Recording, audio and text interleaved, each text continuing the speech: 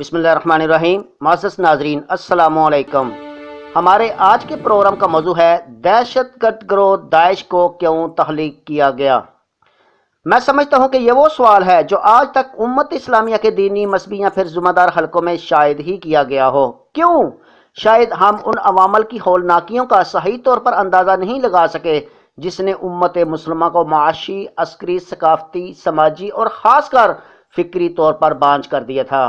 لیکن جب میں نے اس پر تحقیق شروع کی تو جیسے جیسے میں آگے بڑھتا گیا تو میرے رونگٹے کھڑے ہوتے گئے کہ پوری اسلامی تاریخ میں شاید ہی کوئی اس سے بڑا فتنہ برپا ہوا ہو۔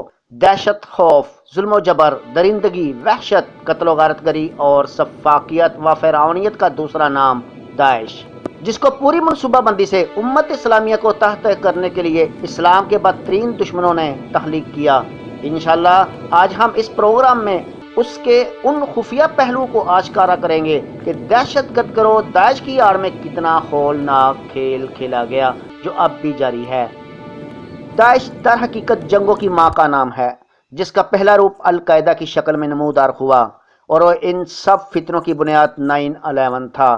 اس فتنے کی سیاہ کاریوں کو سمجھنے کے لیے ہمیں تھوڑا سا ماضی میں جانا پڑے گا۔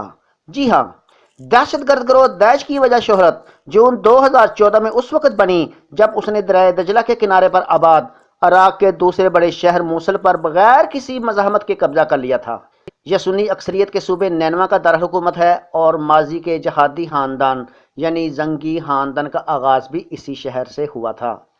اس دوران داعش نے عراق کے کئی شہروں پر بغیر کسی خاص مزاحمت اور شام کے صوبے رقہ اور تیل کی دولت سے مالا مال دیر الزور پر قبضہ کر کے خون مسلم سے ہولی کھیل کر قائم کی گئی اپنی خلافت کا بھی اعلان کر دیا تھا۔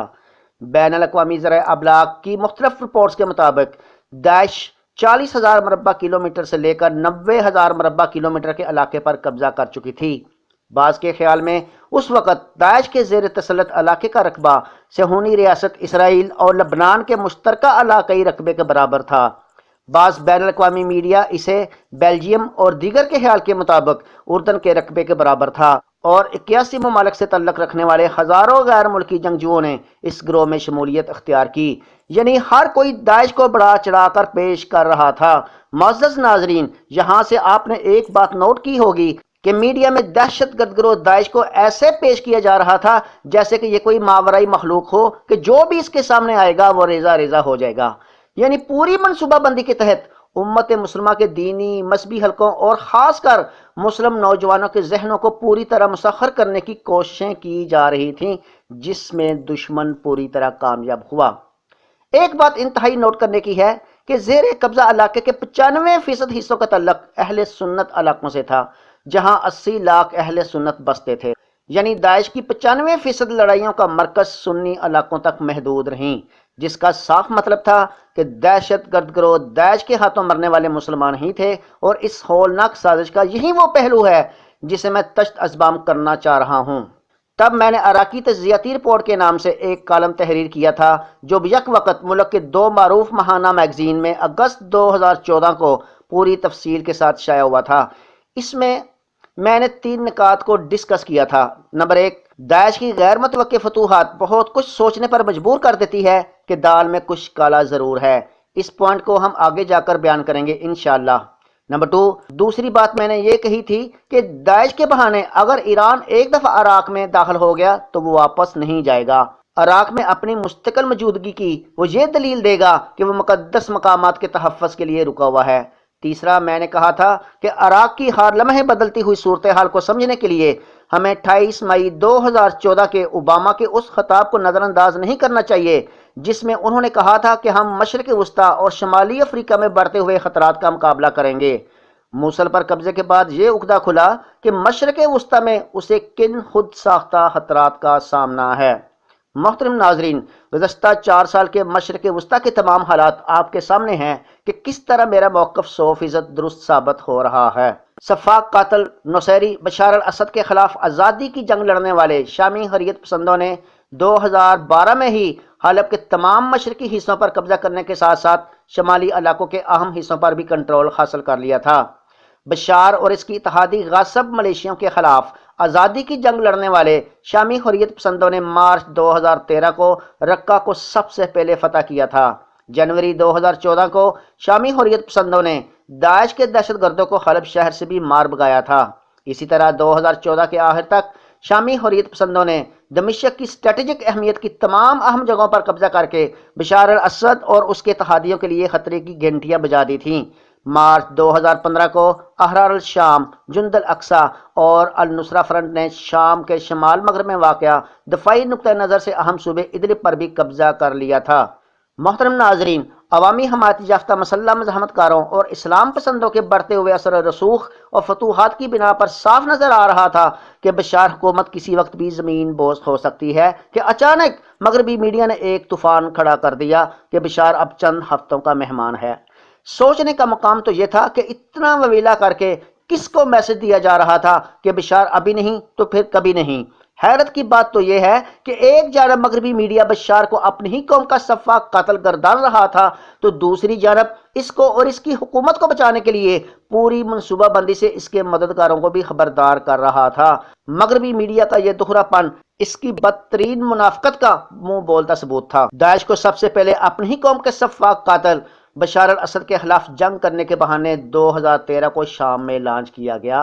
بشار اور اس کے غاصب اتحادیوں کے خلاف برسر پکار یعنی آزادی کی جنگ لڑنے والے شامی حریت پسندوں نے شروع میں اسے ویلکم کہا، لیکن اچانک ہی 2014 میں داعش کے دہشت گردوں نے شامی حریت پسندوں کے خلاف محاذ آرائی شروع کر دی، جس سے ان کی اصلیت ظاہر ہونے لگی کہ ان کو تو اسلام دشمن قوتوں نے اپنے مکروہ منصوبوں کی تکمیل کے لیے لانچ کیا ہے، اور یہیں سے یہ سارا کھیل شروع ہوتا ہے۔ بڑھتی ہوئی شامی حریت پسندوں کی فتوحات کو روکنے کے لیے اس دوران طاغوت نے 3 کام کیے۔ نمبر 1، 2014 میں رقہ پر اور تیل کی دولت سے مالا مال دیر الزور پر داعش کے ذریعے قبضہ کروایا گیا۔ داعش نے 2015 میں فضا سے روس اور امریکی اتحاد کے حملوں کے دوران تدمر پر بھی قبضہ کر لیا۔ خاص خیال رہے کہ اس وقت زمین پر بشار اور اس کی اتحادی فورسز بھی متواتر داعش پر حملے کر رہی تھی۔ اس کے باوجود بھی تدمر پر داعش کا قبضہ چیمنی دارد۔ کیونکہ اس قبضے پر پوری دنیا کے عسکری حلقوں نے بھی حیرت اور شک کا اظہار کیا تھا۔ نمبر 2، اپنی ہی قوم کے صفہ قاتل نصیری بشار الاسد اور اس کے غاصب اتحادیوں کے خلاف شامی حریت پسندوں پر اگر ایک جانب صلیبیوں نے داعش کے بہانے ان پر بارود کی آگ برسانا شروع کر دی تو دوسری جانب روس نے بھی وحشت اور درندگی کی ایک نئی تاریخ رقم کی، تو تیسری جانب داعش کے دہشت گردوں نے خودکش حملوں سے لڑائی کا رخ موڑ دیا۔ اس سارے منظرنامے اور سازش کو سمجھنے کے لیے ہمیں کسی بھی طرح اس وقت کے داعش کے ترجمان ابو محمد العدنانی کے اس بیان کو نظر انداز نہیں کرنا چاہیے تھا، جس میں اس نے اپنے دہشت گردوں کو حکم دیتے ہوئے کہا تھا کہ وہ ان باغیوں یعنی شامی حریت پسندوں کو مکمل طور پر ختم کر دیں۔ محترم ناظرین، جس کے ساتھ ہی لڑائیاں شدت اختیار کر گئیں اور ان خون ریز لڑائیوں کے نتیجے میں محض چند ہفتوں کے دوران ہزاروں شامی حریت پسند اسلام دشمن طاقتوں کے فتنے کا شکار ہو گئے، جس نے شام کے سارے کھیل کا پانسا ہی پلٹ دیا اور طاغوت کے خلاف بڑھتی فتوحات کو روک لگ گیا۔ اس دوران بین الاقوامی میڈیا نے داعش کے کچھ ڈاکومنٹس کا حوالہ دیتے ہوئے ہوشربہ انکشاف کیا کہ داعش کے جنگجوؤں اور شامی فوجیوں کے درمیان باہمی تعاون کے نتیجے میں ہونے والے سمجھوتے کے تحت تیل کے بدلے اجناس کے علاوہ ایک دوسرے کو راستہ دینے اور اسلحہ کی سپلائی کرنے کے واقعات بھی رونما ہوتے رہے ہیں۔ شامی فوج اور داعش کے دہشت گردوں کے درمیان تعاون کے ایک نہیں درجنوں واقعات تاریخ کا سیاہ حصہ بن چکے ہیں اور ڈیل کے یہ شرمناک سلسلے ابھی تک جاری ہیں۔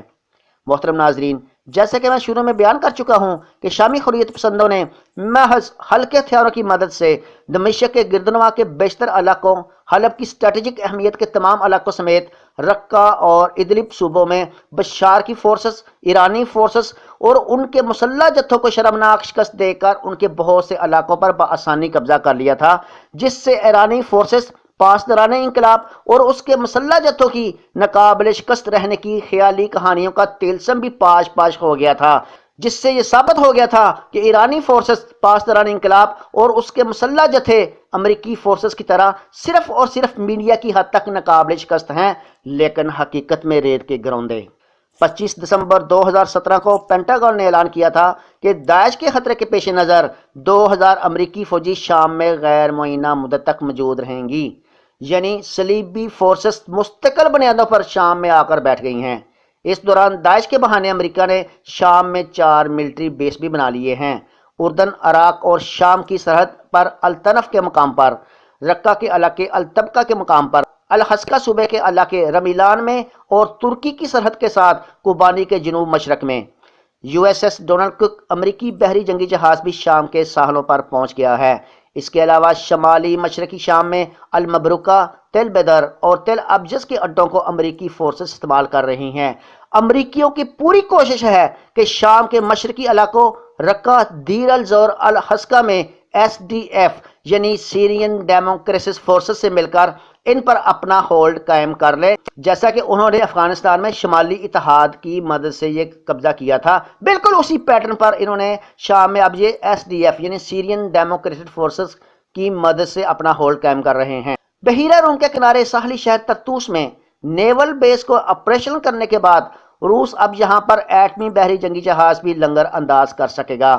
اسی طرح بحیرہ روم کے ساحلی شہر الاسکیا کے علاقے حمیمیم اور راس الحربہ میں روس نے 2 ملٹری بیس بھی بنا لیے ہیں، جس کے ساتھ ہی روس نے بحیرہ روم میں ترتوس سے لے کر الاسکیا تک سارے علاقے کو اپنے زیر تسلط کر لیا ہے، جبکہ روسی صدر پوٹن شام میں مستقل بنیادوں پر اپنے فضائی اور بحری اڈے قائم رکھنے کا عندیہ بھی دے چکا ہے۔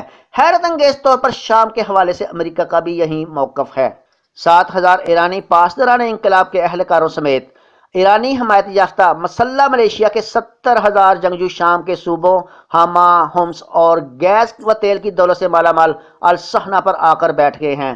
دمشق سے چند کلومیٹر کے فاصلے پر القصوہ اڈے اور شام کے سب سے بڑے ملٹری ایئر بیس تائز پر ایرانی اسپیشل القدس فورس براجمان ہو چکی ہے۔ اس کے علاوہ دمشق کا بین الاقوامی فوجی بیس بھی ایرانی حکومت کے کنٹرول میں ہے۔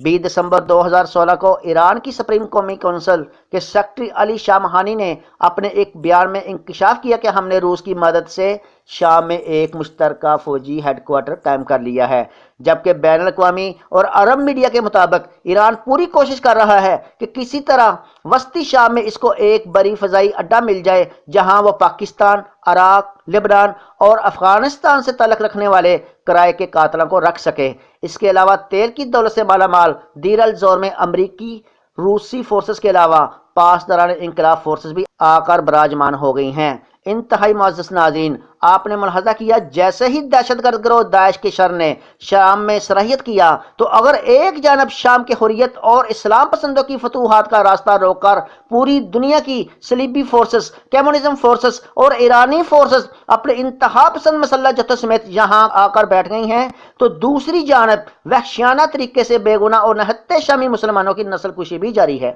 جو رکنے کا نام ہی نہیں لے رہی۔ یہ تھی داعش کے ذریعے کھیلی گئی وہ ہولناک سازش کا ایک اور پہلو جس کے لیے اس کو تخلیق کیا گیا۔ معزز ناظرین، یہ سارا منظرنامہ مجھے ماضی کے دریچوں میں لے گیا جب قرون اولیٰ کے مسلمانوں نے علاقوں پہ علاقے فتح کرتے ہوئے اسلامی فتوحات کو بہم عروج تک پہنچا دیا۔ مجاہدین اسلام کی یہ فتوحات رکنے کا نام ہی نہیں لے رہی تھی۔ تب اسلام دشمنوں نے ان فتوحات پر روک لگانے کے لیے ایک انتہائی درجے کا شرپسند اور سازشی ذہن کا مالک عبداللہ بن سبا یہودی کا انتخاب کیا، جس نے زہد و تقوی کے لبادے میں بصرہ، کوفہ اور دمشق کو مرکز بنا کر امت اسلامیہ کے خلاف فتنہ انگیز خیالات کی تہم ریزی شروع کر دی، اور آخرکار 35 ہجری 18 ذی الحج بروز جمعۃ المبارک کو دماد رسول صلی اللہ علیہ وسلم سیدنا عثمان غنی رضی اللہ تعالی عنہ کو روزہ کی حالت میں قرآن کریم کی تلاوت کے دوران شہید کر کے امت اسلامیہ کو فتنوں، مصائب اور خانہ جنگیوں میں مبتلا کر دیا، جس سے مسلمانوں کی فتوحات کا سلسلہ بھی رک گیا۔ لا محلہ 14 صدیوں کے بعد بالکل اسی پیٹرن پر اسلام دشمنوں نے یہی گنونا کھیل داعش کی آڑ میں کھیل کر، جہاں ایک جانب مسلمانوں کو آپس میں لڑا کر فکری انتشار اور منافرت کا شکار کر دیا، تو دوسری جانب شام میں اسلام پسندوں کی بڑھتی ہوئی فتوحات کو شکست میں تبدیل کر کے وہاں پر اسلام دشمن قوتوں کو لا بٹھایا۔ یہ ایک تلخ سچ ہے کہ مغربی میڈیا اور اس کے لیب پالک میڈیا ہاؤسز نے دہشت گرد گروہ داعش کو اس وقت دنیا اسلام کے سامنے ایسے پیش کیا جیسے وہ ان کی نجات دہندہ ہو۔ بغدادی کو قریش کی نسبت سے جوڑ کر دینی حلقوں کے مذہبی جذبات کو خوب ابارا گیا، تو دوسری جانب فلسطین کی آزادی اور مشرق وسطیٰ سے لے کر یورپ تک اسلامی خلافت کے کھوکھلے نعروں کے ذریعے نوجوانوں کے مذہبی جذبات کا خوب استحصال کیا گیا۔ ان جھوٹے نعروں نے مسلم معاشروں کو خطرناک حد تک تقسیم در تقسیم کر دیا، کہیں اس کی آمدنی کو ملینز ڈالر میں شو کر کے اور کہیں یورپ کی حسیناؤں کو جہادی رانیوں کے روپ میں پیش کر کے مسلم نوجوان نسل کو برابر ترغیب دی جاتی رہی، جس کے نتیجے میں امت مسلمہ کے دینی طبقے، بڑے بڑے علماء، جہادی تنظیمیں اور مسلم نوجوانوں کی ایک بڑی تعداد اس بدترین فتنے کا شکار ہوئی۔ در حقیقت یہ سب نظر کا دھوکہ تھا، یعنی مغربی میڈیا کی چانکیا کاری، کیونکہ نہ تو فلسطین آزاد ہوا اور نہ نوجوانوں کو یورپی حسینائیں ملیں اور نہ ہی ڈالرز۔ البتہ امریکی، روسی اور ایرانی فورسز نے شام اور عراق میں مستقل بنیادوں پر ڈیرے جما لیے۔ یہ سوال بنیادی اہمیت کا حامل ہے کہ یہودیوں کے زیر اثر میڈیا نے داعش کے دہشت گردوں کے لیے اسلامی شدت پسند، سنی شدت پسند، جہادی اور اسلامی جنگجوؤں کے الفاظ استعمال کیے۔ کیوں؟ وہ کیا لاجک تھا؟ وہ کیا خوف تھا؟ آخر اس کے تحلیل کار کیا چاہتے تھے؟ دراصل یورپ اور امریکہ میں بڑھتی ہوئی اسلام کی مقبولیت نے داعش کے تحلیق کاروں کو شدید خوف اور ڈپریشن میں مبتلا کر دیا تھا۔ میں اس نتیجے پر پہنچا ہوں کہ ان الفاظ کا استعمال دراصل ایک بہت بڑی ہولناک سازش تھی، جس کے تحت خطے میں اہل سنت کے خلاف نفرت کے بیج بو کر فرقہ واریت کے شعلوں کو بھڑکایا گیا، تو دوسری جانب مغربی معاشروں کو بھی اسلام سے بدسن کرنے کی کوششیں کی گئیں، جس کا نتیجہ یہ نکلا کہ اس وقت پوری دنیا میں سب سے زیادہ انتہا پسند اور اسلام فوبیا میں مبتلا مغربی معاشرہ بن چکا ہے۔ لیکن حیرت انگیز طور پر اپنی ہی قوم کا سفاک قاتل اور اس کے غاصب اتحادیوں کے خلاف آزادی کی جنگ لڑنے والے شامی حریت پسندوں کو مغربی میڈیا آج بھی باغی کے نام سے منسوب کرتا چلا آ رہا ہے۔ اسی طرح داعش کی آڑ میں امت محمدیہ کے خلاف ایک ایسا گھنونا کھیل کھیلا گیا۔ میں سمجھتا ہوں کہ آج بھی امت کے اکثریتی دینی، مذہبی اور جہادی حلقے بدترین دشمن کی اس خوفناک چال کو نہ سمجھ سکے۔ میرا کہنے کا مطلب یہ ہے کہ بدترین دشمن نے داعش کو سلفیت کے روپ میں دنیا کے سامنے پیش کر کے اسلام و جہاد کے حقیقی چہرے کو بری طرح مسخ کرنے کی کوششیں کی، اور ہنوز یہ فعل بد جاری و ساری ہے۔ حالانکہ دنیا کے تمام بصیرت افروز دینی حلقے اور ان کے ذمہ داران اس بات کا اچھی طرح ادراک رکھتے ہیں کہ داعش کا کہیں سے بھی قرآن و سنت یعنی سلفیت سے کوئی تعلق یا واسطہ نہیں تھا، اور نہ ہی ہے اور نہ ہی رہے گا۔ سوال یہ پیدا ہوتا ہے کہ ہر بدترین دشمن نے دہشت گرد گروہ داعش کو سلفیت کے روپ میں کیوں پیش کیا؟ تمام تر تحقیق کے بعد میں اس نتیجے پر پہنچا ہوں کہ اس اسٹریٹجک اہمیت کے دو پہلو غور و فکر کے متقاضی تھے۔ نمبر 1، اگر ایک جانب مسلم معاشروں میں اہل سلف حلقوں کے خلاف نفرت انگیز جذبات کو ابھار کر انتشار اور اشتعال پھیلانے کی انتہائی مکروہ چال چلی گئی، تو دوسری جانب مسلم معاشروں میں سلفی حلقوں کے خلاف نفرت کے بیج بو کر انہیں سیاسی تنہائی کا شکار کرنے کی بھی ناکام کوششیں کی گئیں۔ نمبر 2، بدترین دشمن کو اس بات کا اچھی طرح ادراک ہے کہ اول و آخر ان کا مقابلہ آخری مارکوں میں جو ان کے خاتمے اور اسلام کے غلبے کا سبب بننے والے ہیں، انشاءاللہ ان مارکوں میں ان کا واسطہ اہل سلف سے ہی پڑنا ہے۔ اسی لیے انہوں نے پوری منصوبہ بندی سے داعش کو سلفیت کے روپ میں پیش کر کے اتنا خوفناک کھیل کھیلا کہ جس کا سوچ کر ہی رونگٹے کھڑے ہو جاتے ہیں۔ شام اور عراق میں مزارات کو گرانا اسی سلسلے کی ایک خوفناک کڑی تھی۔ یقین کریں کہ ہم بحیثیت امت محمدیہ دنیا و آخرت میں اس وقت تک کامیاب نہیں ہو سکتے جب تک ہم براہ راست قرآن و سنت سے رہنمائی نہ لے لیں۔ معزز ناظرین، اس کے ساتھ ہی اس پروگرام کا پہلا حصہ اپنے اختتام کو پہنچتا ہے۔ اس پروگرام کے آخری حصے کے ساتھ ہی ہم جلد ملیں گے۔ اس وقت تک کے لیے اجازت، اللہ حافظ۔